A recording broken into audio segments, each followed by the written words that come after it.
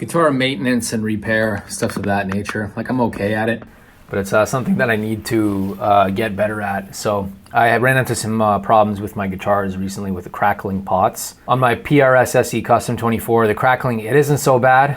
It appears sometimes with the pots, with the volume knobs, but I would say it's mostly an issue with my Eclipse and my Les Paul Custom. But regardless, I'm gonna see about fixing this issue today, and we'll see.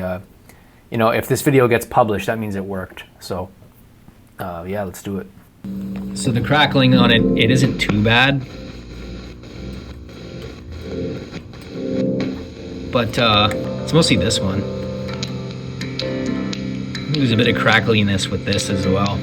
But yeah, this guitar needs to be cleaned as well. You can see how disgusting the fretboard is. Yeah, we're gonna see if we can improve upon that a little bit. So as you can see with the ESP,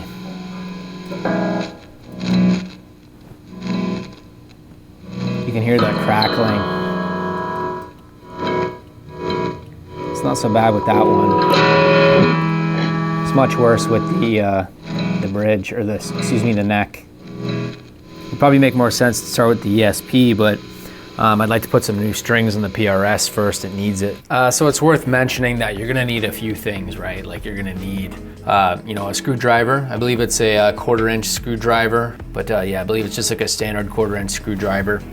And that's basically it. You'll need the contact cleaner, screwdriver. And I just took off, you know, I cleaned my guitar and stuff and restringed it while I'm at it because, you know, that made the most sense. The first thing is that you want to do this in a well-ventilated area, because this stuff is pretty toxic. I'm using Deoxit. Well, this is a contact cleaner from MotoMaster, but you can use the Deoxit or the WD-40 contact cleaner. Make sure you use the cleaner, not the silicone lubricant. But yeah, what I did is I stuck it in here, as I stuck it like underneath there. If I could just move those wires just a wee bit, you can see that it's like going underneath the pot. Like this is the pot and that's the connector.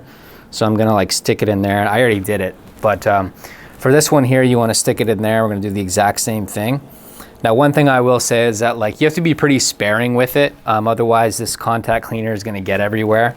So just like go easy with it. Give it like 1 or 2 sprays, but like don't overdo it, all right? Like just like go like 1 and then go 2 and then do another one, 3. And then like, I would say that's enough. And then what you wanna do, you just wanna turn the pot. So that's why it's moving, right? You can see it moving a little bit because I'm turning the pot on the other side. I'm turning the volume knob. And as a matter of fact, I'm gonna do it to both.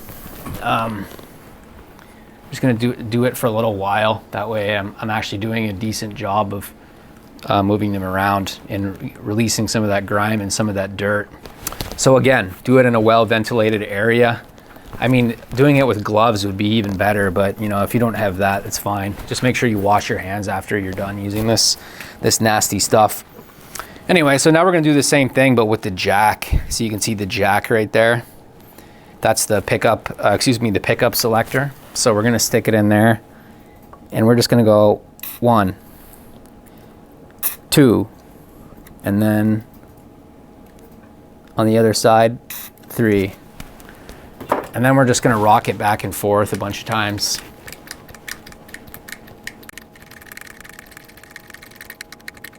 We'll do it, just give it 1 more spray, maybe from a slightly different angle. There. Do a little bit more. There we go, that's probably enough. Just got some of that on my hands, which is kind of gross, but whatever, I'll just wash my hands. So now what we're gonna do actually is we're gonna wait. I'm gonna wait about 30 minutes, which is overkill, but I'm just gonna wait anyway because, you know, just to make sure. So yeah, I'll wait 30 minutes, wash my hands and stuff, and then we'll give it a shot, see if it worked.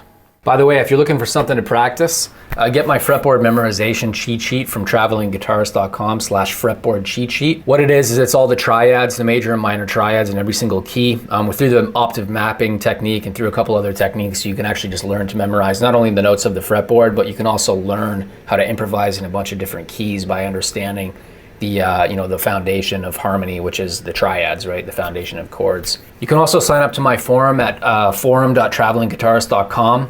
There you can chat with people about guitar and music and whatever else you'd like. So yeah, we're done doing all that stuff. I'm gonna crank the distortion, and then you can hear that there's no crackling.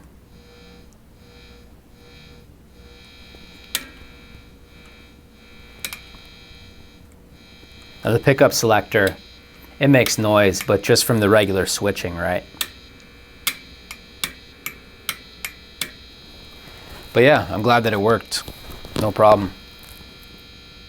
You know, I was thinking I might actually just wear this outfit all the time because it like simplifies setting up the microphone and stuff, because you like put the microphone in your pocket and then put the mic here, and then I like don't have to worry about constantly hitting the mic off stuff. But anyway, I just wanted to share with you that not only did that get rid of the noise, but it like completely obliterated it. For instance, if I show you like,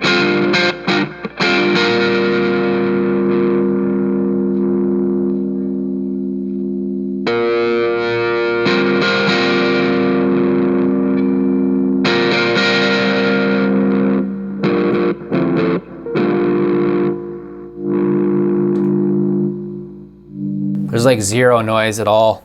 So it totally eviscerated, we'll use a different word now, totally eviscerated all that noise, the crackliness of the pots and stuff.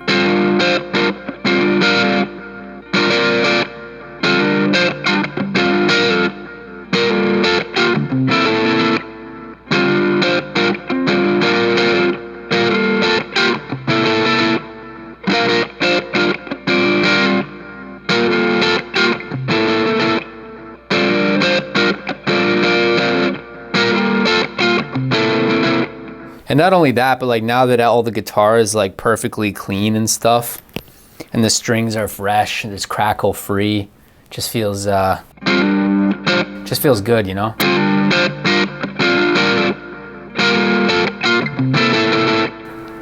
Anyway, hope you learned something from this.